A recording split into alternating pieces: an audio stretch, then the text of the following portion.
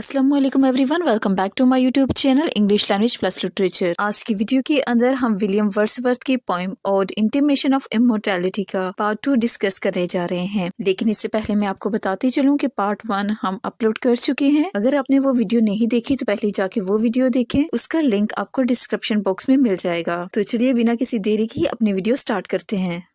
अब 7th stanza में poet कहते हैं बीहोल्ड। बीहोल्ड का मतलब है देखो।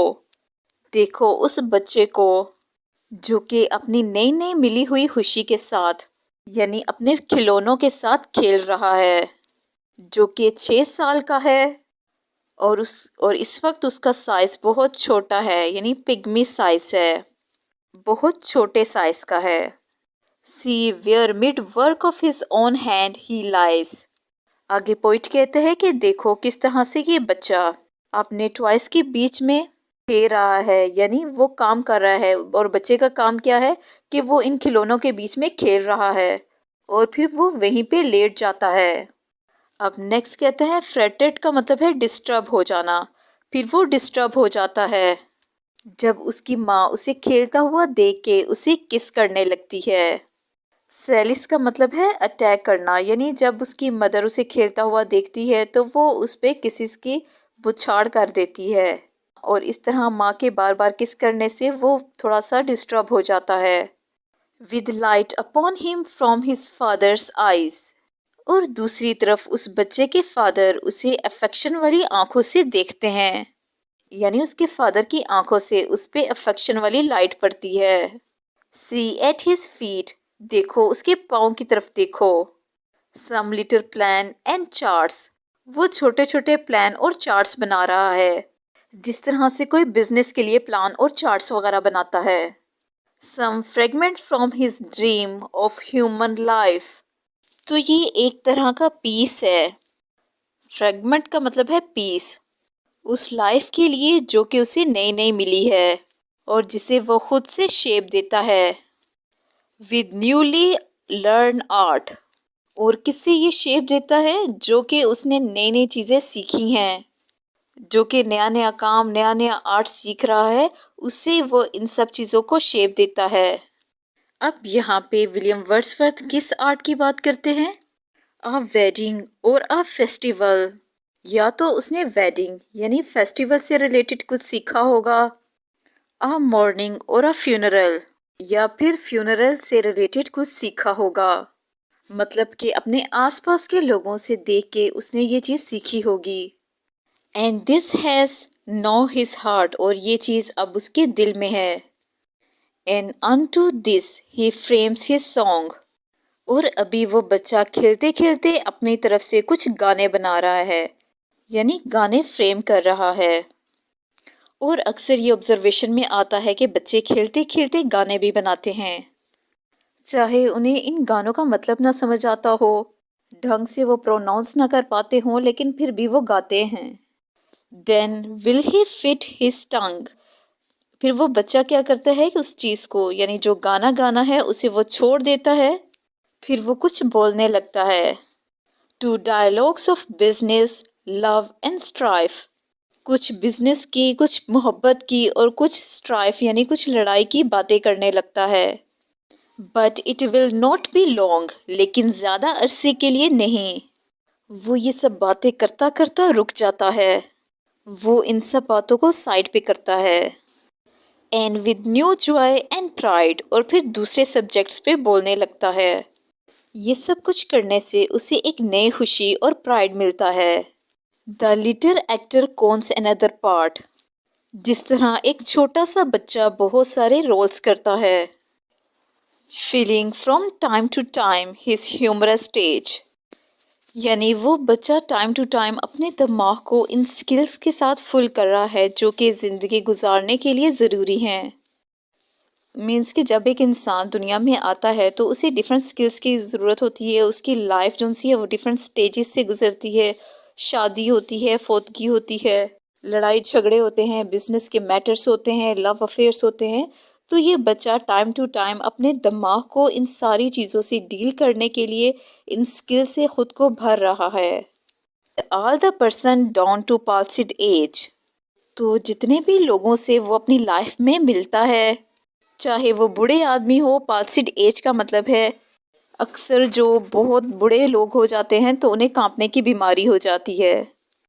That life brings with her in her equipage, यानी जितने भी लोगों से ये मिलता है, जिनसे लाइफ उसे मिलवाती है, यानी इन सब लोगों से लाइफ उसे मिलवाती है, उसे एक्सपीरियंस करवाती है ताकि वो ज़िंदगी गुजारने का हुनर जान सके। यानी ज़िंदगी गुजारने का जो प्रैक्टिकल हुनर है, प्रैक्टिकल स्किल है, उसे वो सीख सके। As if his whole vocation, vocation का मतलब है उसका काम, वोकेशन का मतलब है लाइफ वर्क, यानी उसकी पूरी ज़िंदगी में यही काम है कि जब तक उसकी ज़िंदगी एंड नहीं होती वो पूरी ज़िंदगी लोगों का इमिटेशन करता रहे, उनकी नकल करता रहे, उनसे कुछ ना कुछ सीखता रहे। नेक्स्ट टेंसर में विलियम वर्ड्सवर्थ बच्चे से कहते हैं कि तुम्हारी जो बाहरी अपीयरेंस है, एक्सटीरियर सेम्बलेंस का मतलब है जो बाहर की तुम्हारी अपीयरेंस है, यानी तुम्हारी जो बॉडी है वो तुम्हारी इस सोल की इमेंसिटी से, यानी तुम्हारे सोल के जो ग्रेट मैन है उसके साथ भलाई का मतलब है मिसलीड करना, गलत आइडिया देना। तो ये तुम्हारी जो बाहर की अपीयरेंस है, तुम्हारी जो बॉडी है, वो तुम्हारी सोल की ग्रेटनेस को गलत आइडिया देती है, उसे मिसलीड करती है। दो बेस्ट फिलोसोफर, तुम अपने आप में बेस्ट फिलोसोफर हो, लाइफ के जो सच है उसको जानते हो, उसकी रियलिटी को जानते हो। हेरिटेज का मतलब है यानी जो उस ग्लोरियस लाइट से तुम्हें मिले हैं विरासत में। और जो ये तुम्हारी आंखें हैं वो हम सब ब्लाइंड लोगों में, अंधे लोगों में, डेफ एंड साइलेंट, गूंगे और बहरे लोगों में उस एटर्नल डीपनेस को देख सकती है, उसे पढ़ सकती है, उसे रीड कर सकती है। Haunted for ever by the eternal mind. अब हॉन्टेड से मुराद यहाँ पे कम्युनिकेट करने से है, बातचीत करने से है। तुम उस इंटरनल माइंड के साथ कम्युनिकेट कर सकते हो। इंटरनल से मुराद ऐसी एंटिटी जिसको कभी एंड नहीं आएगा, जिसका यानी हम उसे गॉड बोल सकते हैं, यानी तुम उस गॉड के साथ कम्युनिकेट कर सकते हो जो कि बड़े बड़े फिलोसफर भी नहीं कर पाते, वो तुम कर सकते हो। Mighty prophet seer blessed, prophet और सीयर वो लोग होते हैं जो कि फ्यूचर के बारे में नॉलेज रखते हैं, फ्यूचर के बारे में बताते हैं, और वो कहते हैं कि तुम उन हकीकत को जानते हो, तुम उन ट्रुथ को जानते हो जिन्हें जानने के लिए हम अपनी लाइफ में स्ट्रगल करते हैं। टॉयलिंग का मतलब है बहुत ज़्यादा मेहनत कर रहे हैं, यानी जिन हकीकत को, जिन सच को जानने के लिए हम अपनी लाइफ में मेहनत कर रहे हैं उसे तुम जानते हो। इन डार्कनेस लॉस्ट, यानी हम लोग जो अपनी स्पिरिचुअल ताकत थी, स्ट्रेंथ थी, उसको हम खो चुके हैं। ग्रेव से मुराद कब्र है, मतलब कि हमारी जो बॉडी है उससे मुराद ली गई है, यानी आदमी का जो जिस्म है उसकी रियलिटी में हम फंसे हुए हैं, उस डार्कनेस में हम फंसे हुए हैं। यानी हम कह सकते हैं कि जिन चीज़ों को हम छू सकते हैं, आँखों से देख सकते हैं, अपनी बॉडी से उसे एक्सपीरियंस कर सकते हैं, हम सिर्फ उसी के बारे में जानते हैं और उसी तक हमारा दिमाग और हमारी जो सोचें हैं वहीं तक महदूद है। लेकिन तुम जो से है वो स्पिरिचुअल ब्यूटी को जानते हो, जिस तरह से कोई प्रॉफिट या भविष्य दिखाने वाला आदमी जानता है, उस तरह से तुम इन चीज़ों को पहचानते हो। और वो उस बच्चे से कहते हैं कि तुम्हारी इमॉर्टैलिटी तुम्हारे साथ है, और वो बच्चे से कहते हैं कि तुम्हारी इमॉर्टैलिटी तुम्हारे साथ है, तुम उसके साथ इस डार्कनेस में एक डे लाइट की तरह हो, और तुम्हारे पे उस मास्टर का इन्फ्लुएंस है, यानी उस गॉड का, उस ग्लोरियस लाइट का तुम पे इन्फ्लुएंस है। और आगे कहते हैं a presence which is not to be put by, यानी जो गॉड का इन्फ्लुएंस तुम पे है इससे तुम छुटकारा नहीं पा सकते। Not to be put by का मतलब है कि तुम उसे जान नहीं छुड़ा सकते। Thou little child yet glorious in the might, ए छोटे लड़के तुम सारी डिस्ट्रक्शन से, डाउट से फ्री हो, तुम्हारे पास एक हेवन बोर्न फ्रीडम है, मतलब जब से तुम पैदा हुए हो तब से तुम्हारे पास फ्रीडम है। बीइंग्स हाइट का मतलब है तुम एक नोबल हाइट पे हो, मीन्स कि तुम्हारा जो दिल है वो प्योर है, पाकीज़ा है, और तुम स्पिरिचुअल हाइट पे हो। फिर तुम क्यों इस तरह की अर्नेस पेन लेके, ऐसे तकलीफ़ें लेके जिनका कोई हासिल वसूल नहीं है, और तुम्हारी आने वाली प्रॉब्लम्स जिनका तुमने आने वाले सालों में मुकाबला करना है, फेस करनी है, और जिनसे कोई नहीं बच सकता, उन्हें क्यों भड़काते हो? फिर तुम क्यों ब्लाइंडली अपनी खुशियों का, अपनी ब्लेसनेस का खात्मा करना चाहते हो?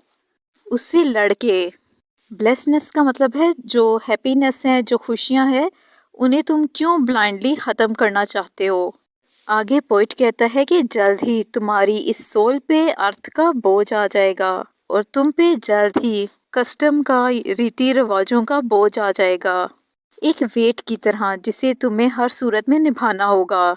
आप इसे इस तरह से कह सकते हैं, जिम्मेदारियों का बोझ आ जाएगा जिन्हें हर सूरत में इंसान ने निभाना होता है, जो कि फ्रॉस्ट की तरह हैवी होगा और लाइफ की तरह बहुत ज़्यादा गहरा होगा। नेक्स्ट पॉइंट कहता है, ये कितना जॉयफुल होता है जब हमारी लाइफ मेच्योरिटी में आगे बढ़ती है। इज समथिंग दैट डोथ लीव, तो कोई चीज़ ऐसी होती है जो कि हमारे साथ चलती है, हमारे साथ रहती है, और हमारी ह्यूमन नेचर के अंदर इस हेवनली नेचर की याद होती है। व्हाट वाज सो फिजिटिव, जो याद हमारे माइंड से मुकम्मल तौर पे गायब नहीं होती। नेक्स्ट लाइन में पोइट कहता है, the thought of our past years in my doth breed. Poet कहता है कि जब मैं अपने गुजरे हुए दिनों को याद करता हूँ, बचपन के दिनों के बारे में सोचता हूँ, तो एक स्पिरिट से भर जाता हूँ, यानी गॉड के ग्रेटिट्यूड के स्पिरिट से मैं भर जाता हूँ। नॉट इंडीड, सिर्फ इसलिए नहीं कि कुछ कम ब्लेसिंग हमें गॉड से मिली हैं, तो इसके लिए पोइट गॉड का ग्रेटफुल है, उसका शुक्रगुजार है, यानी जो चीज़ें उसने हमें दी हैं उसके लिए मैं शुक्रगुजार हूँ, ग्रेटफुल हूँ गॉड का। सिर्फ एक चीज़ नहीं है, और आगे वो नेक्स्ट डिस्क्राइब करेगा कि पोइट के पास क्या क्या नहीं है। डिलाइट एंड लिबर्टी, यानी feeling of delight, sense of freedom, और इनोसेंट फेस ऑफ चाइल्डहुड। और ये इनोसेंट फेस ऑफ चाइल्डहुड हमारे साथ रहता है, चाहे हम बिज़ी हों या हम रेस्ट कर रहे हों, तो ये इनोसेंस की फेस जो सी है हमारे साथ रहती है। और आगे वो पॉइंट कहता है कि इंसान के सीने के अंदर होप ऑफ फ्लैश लाइट होती ही है, उन ब्लेसिंग के लिए नहीं जो उसे चाइल्डहुड की वजह से मिली हैं, बल्कि उन ऑब्स्टिनेट डॉट्स पे क्वेश्चन पूछने के लिए। और फिर वो कहते हैं कि सब कुछ ख़त्म होने लगता है, गायब होने लगता है, और इंसान के दिल में अपने क्रिएटर को लेके मिसगिविंग पैदा होती हैं, डाउट्स पैदा होते हैं। Moving about in words not realized, और जब वो इस वर्ड के अंदर मूव करता है, वो ये रियलाइज़ नहीं कर सकता, यानी जो उसकी सेंसेस होती हैं वो इन सब चीज़ों को रियलाइज़ नहीं कर सकती। आगे पॉइंट कहते हैं, वी विल ग्रीव नॉट, कि हमें दुखी नहीं होना चाहिए, बल्कि ढूंढने की कोशिश करनी चाहिए जो चीज़ें बाकी रह गई हैं। हमें उन स्ट्रेंथ्स को ढूंढना चाहिए जो कि हमारे शुरुआती दिनों में थी और वो बाद की लाइफ में मौजूद नहीं होती। इस यकीन और फेथ के साथ कि ह्यूमन जो सोल है वो इमॉर्टल है, वो कभी ख़त्म नहीं हो सकती, तो डेथ के बाद भी एक और लाइफ है। और जो ये मेच्योरिटी है, जो हमारे लाइफ के एक्सपीरियंस है, वो हमें मेच्योर बना देते हैं, हमें फ़िलोसफिकल बना देते हैं।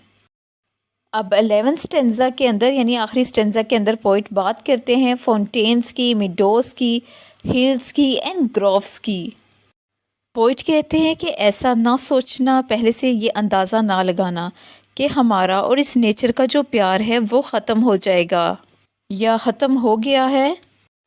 Yet in my heart of hearts I feel your might, कि मैं तुम्हारा इन्फ्लुएंस अपने हार्ट के अंदर महसूस कर सकता हूँ।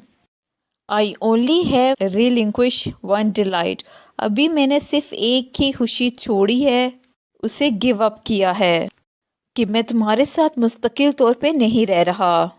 I love the brooks, मैं इन नदियों को पसंद करता हूँ जो कि इन चश्मों से बहती हैं, नीचे गिरती हैं, और इनके साथ मैं भी कभी भागा करता था। और आगे वो कहते हैं कि इस डे की इनोसेंट मासूम जो ब्राइटनेस है वो अभी भी बाकी है। The clouds that gather around the setting sun, इस डूबते हुए सूरज के इर्द गिर्द बादल इकट्ठे हो जाते हैं। लेकिन उस वक्त मेरा दिल जो से है वो सोबर कलरिंग से भर जाता है, यानी दुख से मेरा दिल भर जाता है। और ऐसी फीलिंग्स तब आती हैं जब दिन ख़त्म हो रहा होता है। लेकिन अगले दिन जब सूरज फिर से निकलता है, तो पोइट कहते हैं कि अगले दिन जब फिर से सूरज निकलता है तो मुझे सोल की इमोर्टैलिटी की याद आ जाती है। और नेक्स्ट पोइट कहता है, thanks to the human heart by which we leave.